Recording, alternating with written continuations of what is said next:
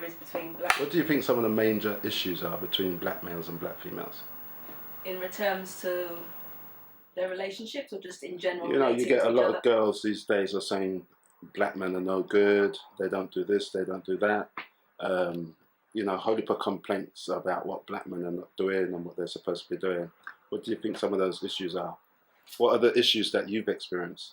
I think a lot of those issues, when you ask a question about black men, they're not a homogenous mass. There are many different types of men. It comes with social, ethnic, cultural, the norms that they've been taught as a child. And I think when a lot of women answer these type of questions, you have to ask, where is your father? Because if I'm talking in relation to black men, I have a very good father that I've had a fabulous relationship with. I would say my father is my best friend. So I could not look at black men as being no good or whatever. Because but you've heard them talk, right? Had a positive, I don't. Maybe those women do not have that positive role model in their life, because that is the first step in relating to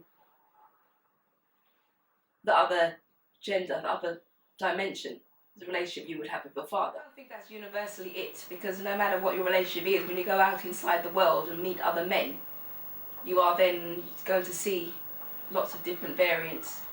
I think a lot of it, what I can say, I can't speak for everyone. I'm not going to homogenize all black men as one group. I'm lucky enough to have had experiences, friendships or relationships with quite a broad spectrum of, I don't like to use the term even black men, men of African descent.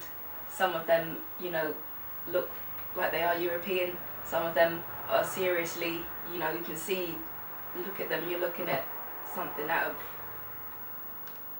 you know, British Museum, very on point. But, you know, there are very myriad forms.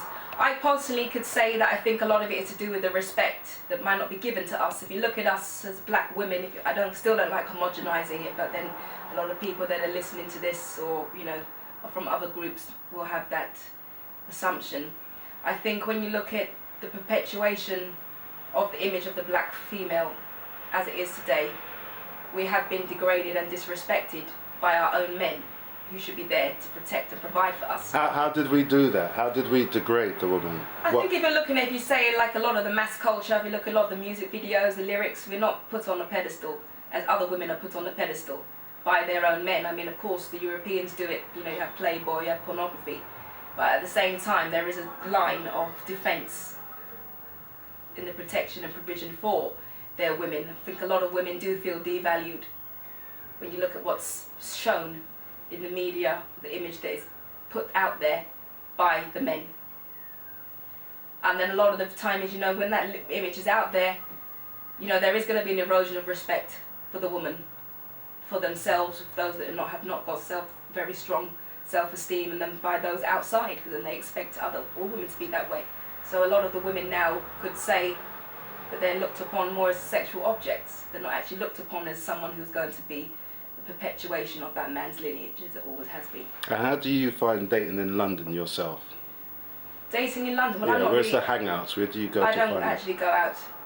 Okay, so how do you go about your dates and stuff, finding your dates? Well, I don't have dates. Okay, well. At present.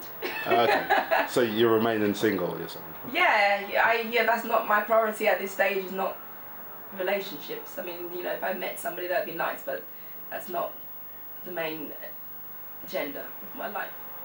Okay, so if you wanted to meet someone, say, where would you hang out? Do you use social networks? Facebook? No, I don't do any of that. Okay, well, where would you hang out? Well, I don't hang out. I mean, personally myself, within my social life, whether that's to do with my own, you know, people that I know that have invited me out, or if it's for a business, I tend to meet people more through social events. You know, it might be a screening of something, or a gala, or, you know, a dinner or something like that. I like that because it's a sort of forum where I'm meeting people that are able to stimulate my intellect, are able to enlighten me.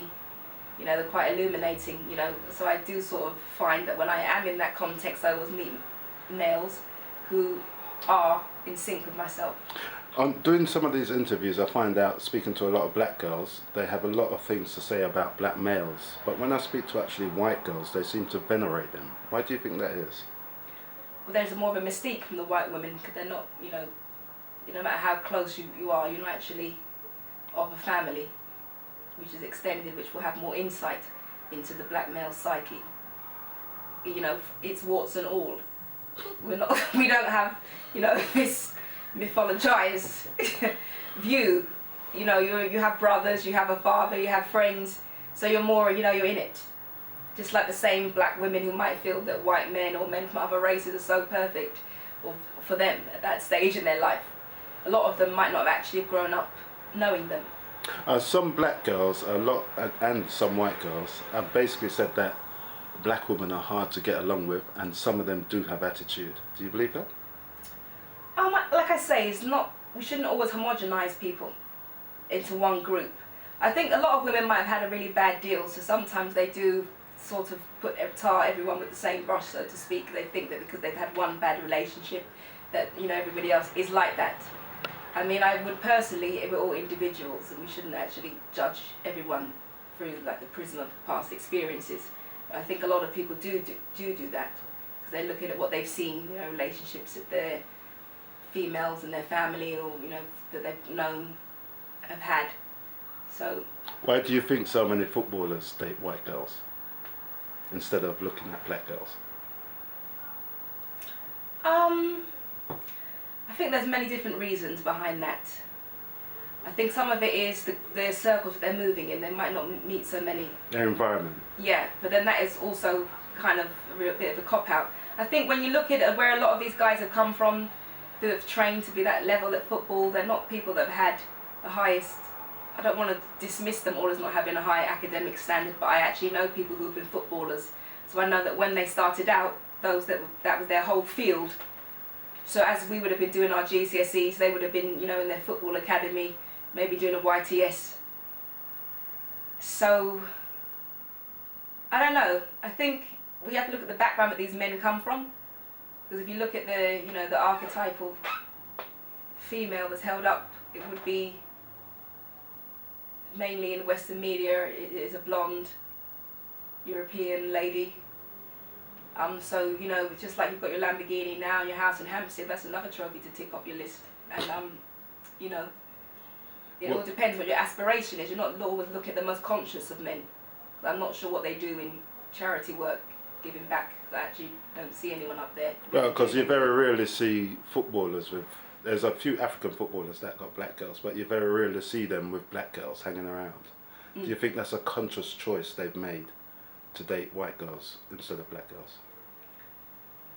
Well, I think any choice that you make to be with someone else will be conscious. But just the reasons behind that decision. Is it because you feel, you know, that because you have a lot of money that, you know, you've moved up to a different social aspect, that you want to be like, you know, that is, you know, the done thing to have. I mean, when you look at a lot of these guys, I'm not sure what their own take on their own culture is. So they do hold up the European one to be greater, then of course that's what they're going to look for. Okay, cut. I feel like I should actually put this up there. This is not what I want to hear. Why does it come out this way with one camera?